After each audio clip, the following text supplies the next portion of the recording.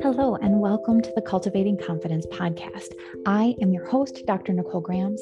I am a life coach who specializes in anxiety, health, and human design. And I also happen to be a functional medicine pharmacist.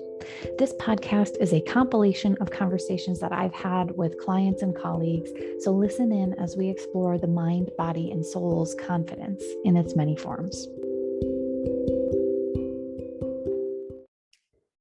First question that I want to start with today is, do you believe that you are doing the best that you can? I want you to pause and think about that for a moment before you give yourself your final answer, and just notice what comes up for you. Am I doing the best that I can? For some of you, the answer might be yes. Good for you. If your answer is no, I want to invite you into the conversation today about self-criticism and self-loathing, and wondering whether that might have any influence on your answer to the question of if you are whether you're doing the best you can.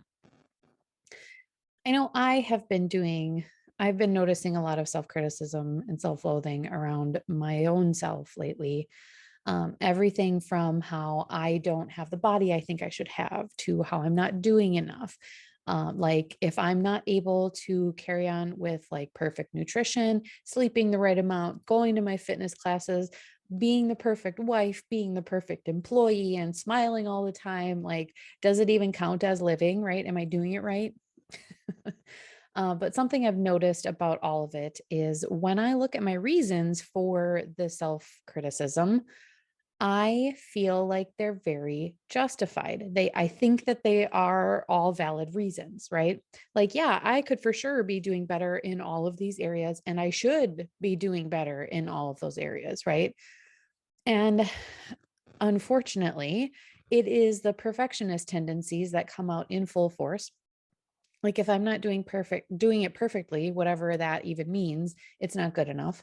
It doesn't warrant any celebration or even acknowledgement sometimes, right?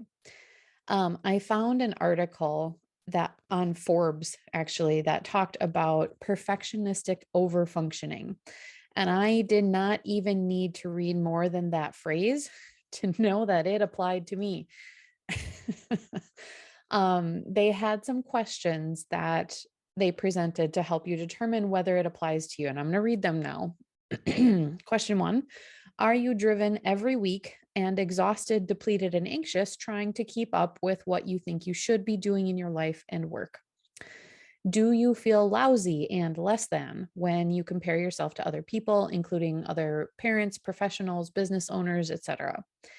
Do you act in your life and habitually feel as if everything is a top urgent priority, whereas actually only a few things truly are? Do you feel like no matter what you do, it's never good or impressive enough?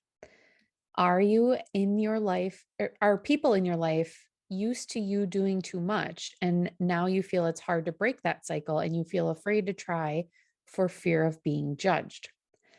Do you feel that asking for help is a sign of weakness and imperfection, and you'd rather struggle alone and try to do it all yourself? Do you feel empty, sad, unfulfilled a lot of the time? Do you stop and take time, or when you stop to take the time to really think about it, are you living someone else's definition of happiness, success, and well being, or your own?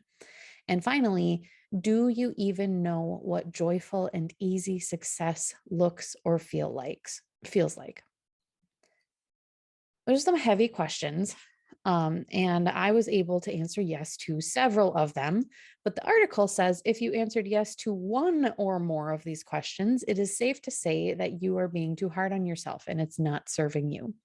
And I laughed out loud at that point because I wholeheartedly agreed. By the way, perfectionism is a form of anxiety, at least in my experience. Once I started seeing it as a symptom of anxiety, I was able to start turning the volume down on it. And that might be a different conversation for another day.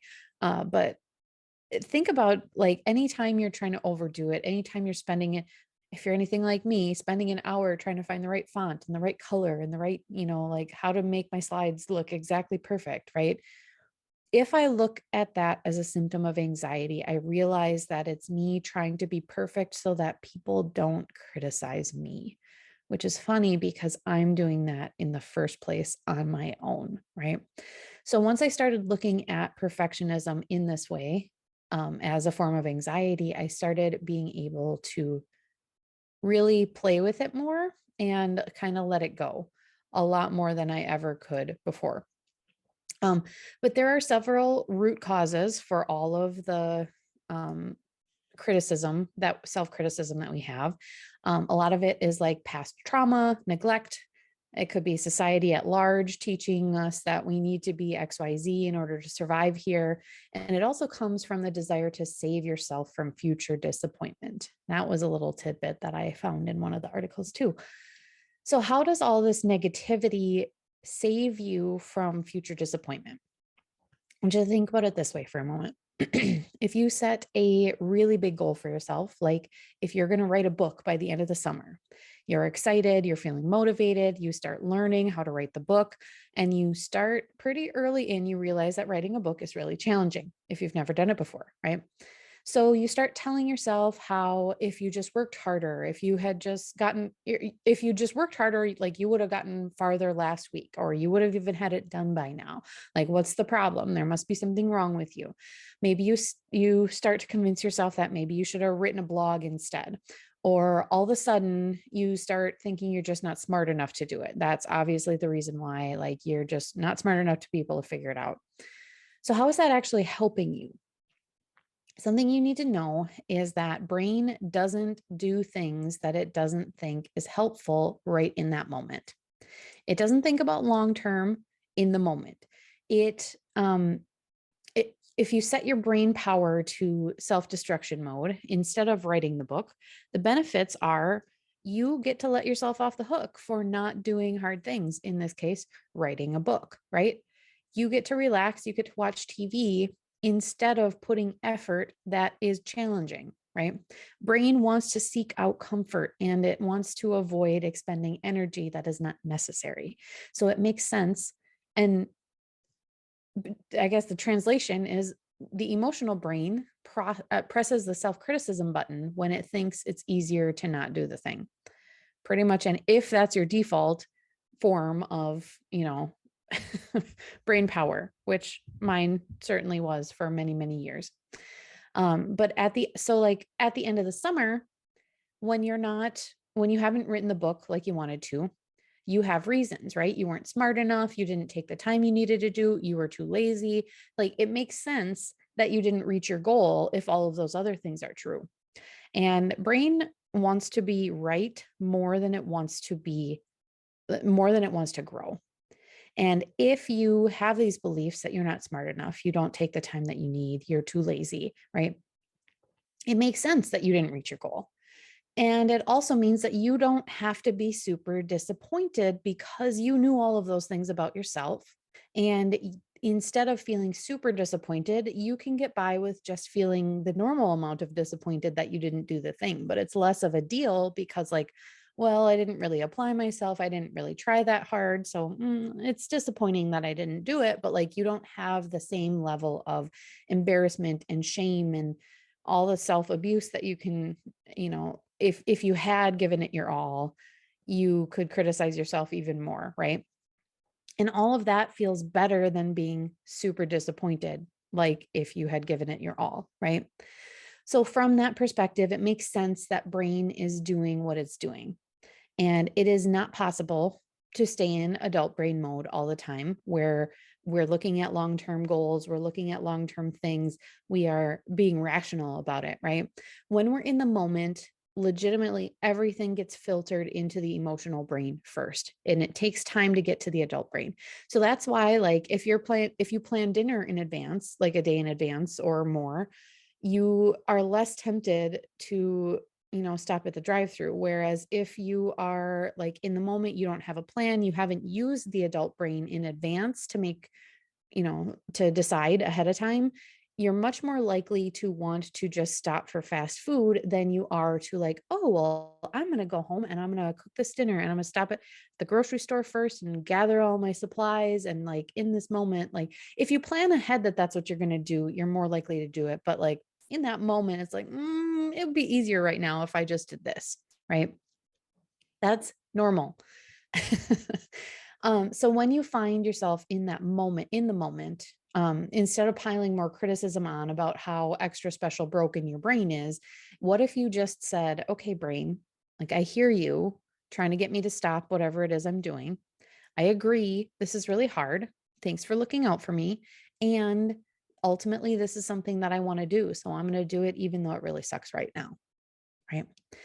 So another trick that kind of helps me when brain is getting on my case about what enough would look like ask yourself what enough would actually look like, right? So when you start getting stressed out about how you're not doing enough, asking yourself like what would enough look like today, right? And make yourself answer that question because some days I can get shit done, right? I can work on my presentation I'll be giving. I email people back. I talk to my clients. Somehow I still get 2 loads of laundry done and I'm still cooking dinner at the end of the day, right? Like some days that does happen, right? But if I'm being honest, sometimes enough is legit. I got out of bed, I ate lunch today, and I didn't tell anybody off, right? And when you're honest with yourself about what enough is, like enough, well, I guess when it's left in the ether of like some mythical amount of effort or accomplishments that you need to have for the day, it can feel really intimidating and like you're never going to get there. And obviously, self criticism is going to get there because we're taught like, oh, we have to be super productive every day. We have to do all these things every day, right? And then if you're not doing that, you're not doing your best, right? And it doesn't feel achievable to do your best in the first place. But ask yourself what doing your best looks like today. And that changes every day. And don't ask me why. Maybe it's the moon and the planets and the stars, right? Maybe your kid is sick and kept you up all night. Maybe, traffic was super terrible and you were delayed an hour getting to wherever you needed to be and you just don't have time to fit in all the things that you thought you would, right? It doesn't matter what it is that causes the enoughness to be lower for that day or like your capabilities for that day. But let yourself off the hook when it doesn't look the same as yesterday. If yesterday was even if it wasn't a super productive day, right? But what if you're doing the best you can, right? Think about that for a second and also add on what if the best I can do is enough? And for me, when I sink into the belief that that is true, like what I'm doing is enough and I'm doing the best that I can, what happens? For me, it tends to take a lot of pressure off of me. And at the same time, there's an immediate spark of anger. Like my brain shifts immediately into looking for something or someone else to blame because it's so freaking easy to blame myself and it's convenient, right? Because I'm always there. I always know that, oh, I could do better about something. Like I know all my secrets. But when the hell did I become my biggest target, right? It happens super early for some of us, and it did for me. But why is it so easy to lose the self compassion over and over and over again, right? Like, if it's true that what I'm doing is enough and I'm doing the best I can, then it's not me that I blame. So brain wants something to blame, right? But what would happen if I didn't need to blame anybody or anything for any of it? That also takes the wind out of the sails of the anger. But like for example, when I was working with a therapist on some childhood stuff, I kind of had a breakthrough moment where I was embracing my inner child. I was giving her a great big hug, talking to her, comforting her. I started noticing that a lot of the behaviors that I have currently still as an adult started making sense, like why I freeze when I'm confronted with some things or in specific ways, why I feel unsafe speaking up and expressing my own needs. And just like a lot of different things started making sense. But in the process, I also kind of realized that I don't have to place blame on anyone or anything in order for me to take care of myself now. Right.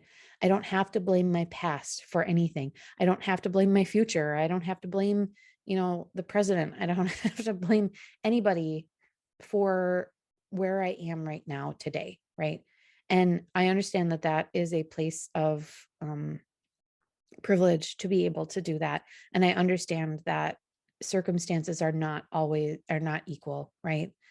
But for me, I was able to take ownership for where I am right now. And I can let it all be. And I don't need to use the anger to fuel me because it is like jet fuel where it is intense and then it's burned out immediately, right? Like I only have a gallon of jet fuel and it'll burn hot, it'll burn fast, it'll get me moving for about 5 minutes, right? I don't have the time or energy to exact revenge on whatever it is that I want to blame, right? Like I don't have to use that mental power in that way. And I can just leave it behind me and start from the square I'm at today. And there is something to be said about doing past self work or inner child work and implanting things into your memories, which is fascinating work, by the way, because it can literally change your view of the past because we don't actually have a past. And I don't want to get super into that. It's all we have is memories that we think happened. And anyway, it's not always necessary to go back that far into your psyche to implant, things into memories, but sometimes you can just let it be exactly how it is and start to take care of yourself right now. Make sure you're giving yourself space make sure you're giving yourself space and time and rest and comfort and whatever it is that you need, right? So hopefully that all made sense. My brain was going crazy. And like I said earlier, I kind of threw out several drafts of this, but I decided to just go for it instead of trying to cancel, instead of trying to, be a perfectionist about it. And we're just here, right? So if you are listening to this, you are probably a perfectionistic overfunctioner like I am. So knock it off, cut yourself some slack, and just notice when there's self-criticism and self-loathing, what would happen if you did believe in yourself and you believed that you were doing enough, right? Because all of this self-criticism will only stop you from living your life and being happy more of the time. It doesn't help you achieve more overall.